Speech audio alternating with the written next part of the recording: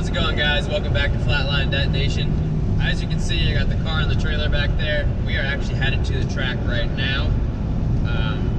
Just a heads up, you're not going to see any of that in today's footage. That'll be next video. But today you're going to be seeing me finish up the last little 10%, installing the trans controller. We're going to get the car tuned. You're going to see a couple action clips of some pulls.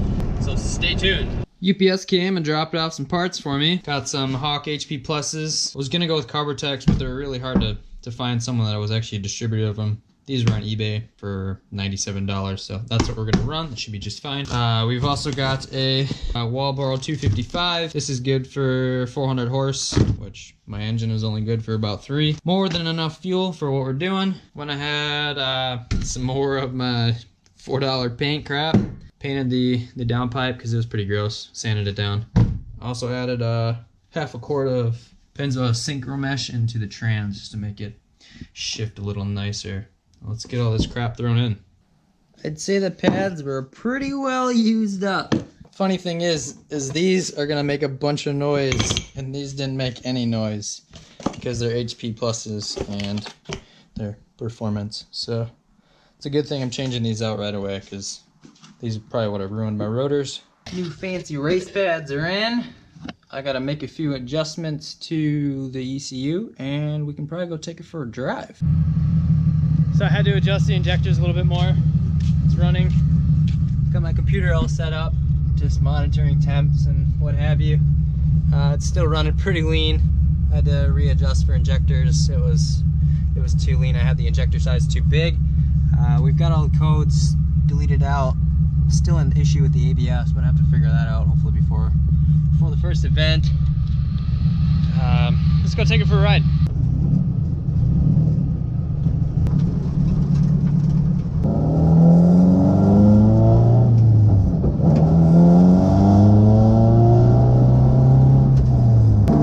Right now cruising, we're at 14.5, so that's where we need to be.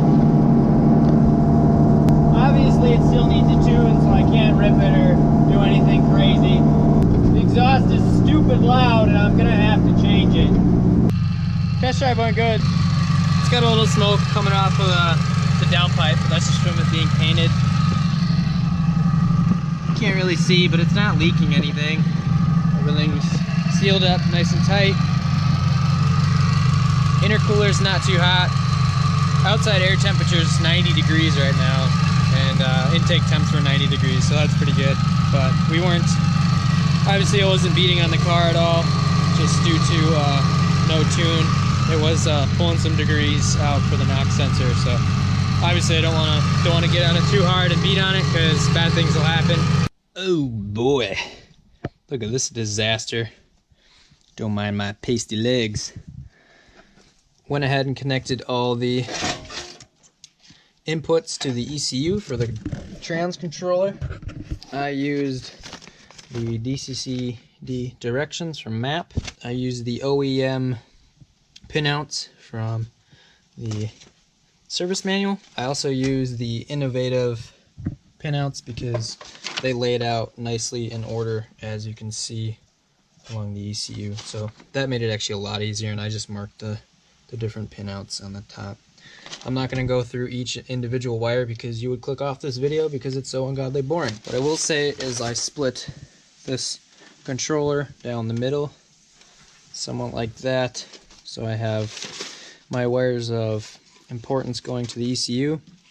I do have a number of wires that I'm just going to tape up and hide away that I didn't need. The rest are down here.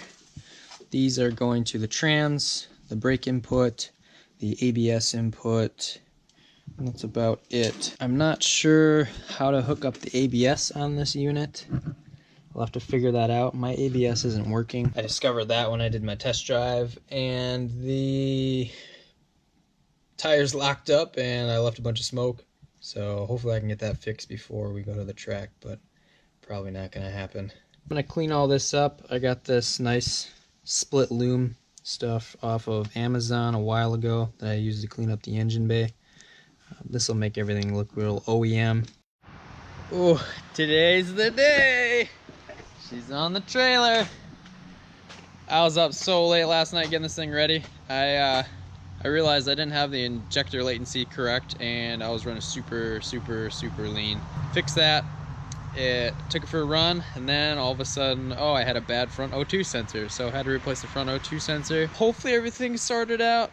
It moves and it stops, so that's a good start. I've got 2 empties for E85. I gotta go fill those up right now.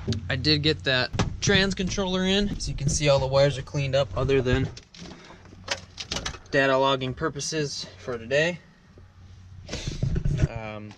So far, I think it's working. If I put it in manual mode and turn it to full lock and turn the wheel to full lock, you can definitely tell that the diffs are locked. So it seems to be working.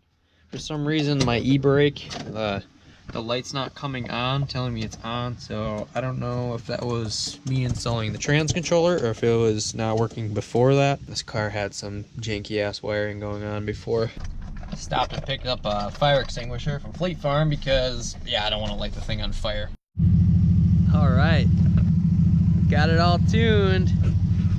It's filthy.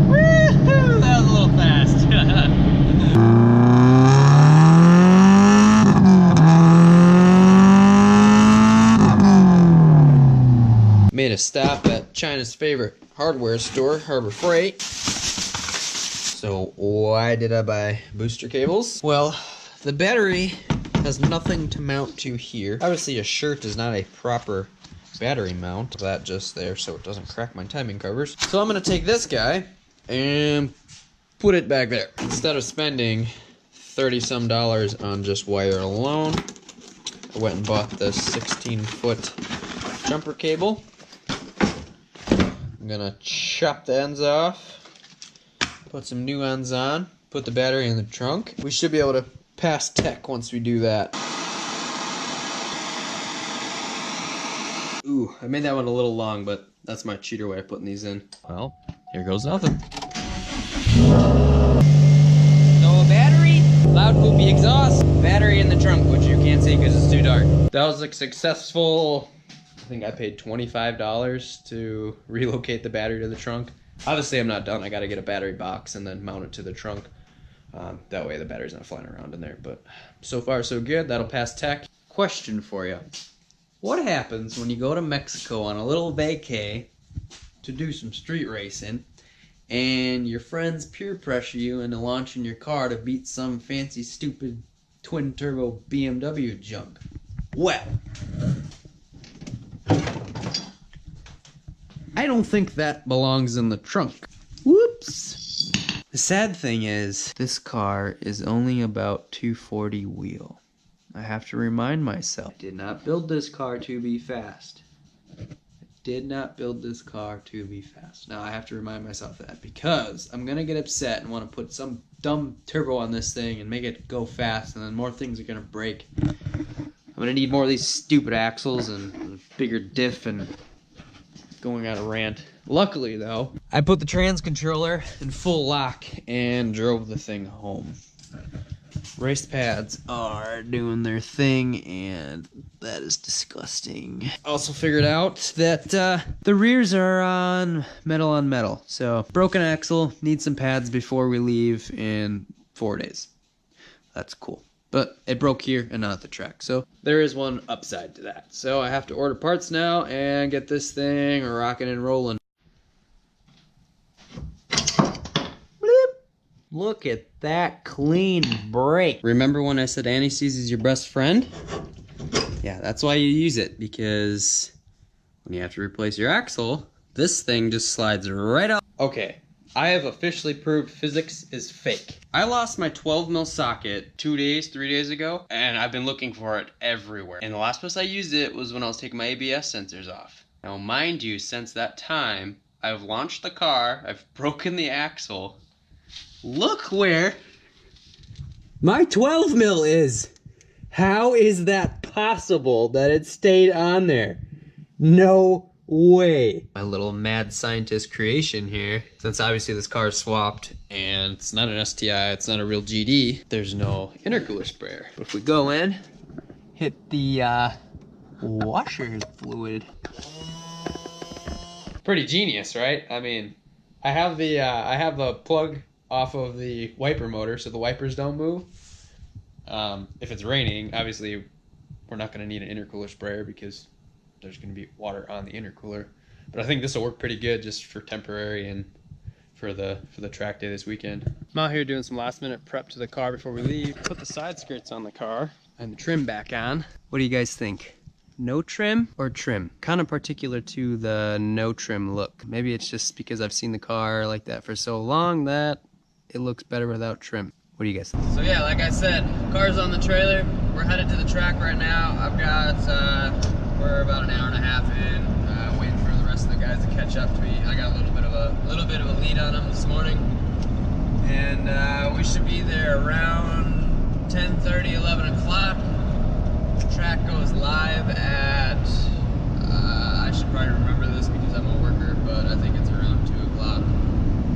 So the next video you'll see is the results of what we do with the car, how it does, how I place. I never got the ABS fixed, which kind of bums me out because I have experience, but I'm not that experienced that I'm going to drive better without ABS. So we'll see how it goes.